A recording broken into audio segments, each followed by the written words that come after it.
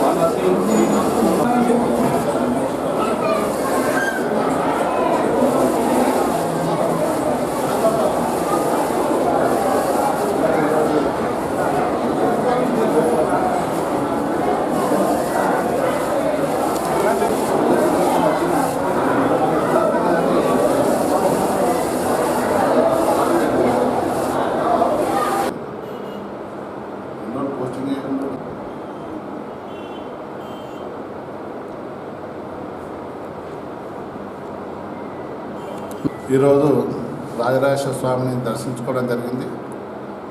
యావత్ తెలంగాణ ఉద్యోగులు అందరూ క్షేమంగా ఉండాలని, అలాగే ఈ కొత్త ప్రభుత్వం కూడా మా ఉద్యోగుల పట్ల సానుకూలంగా స్పందించి అన్ని హక్కులను సాధించుకునే దిశలా ఉండాలని ఆ దేవుణ్ణి కోరినాం.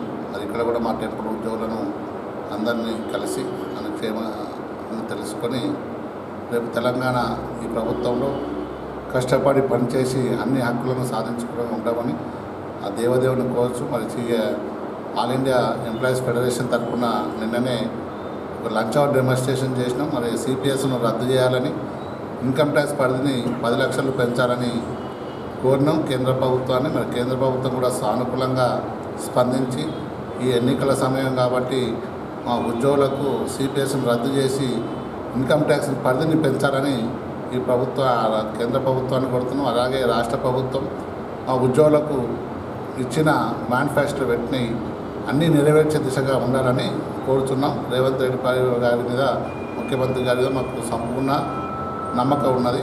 జై తెలంగాణ, జై హింద్.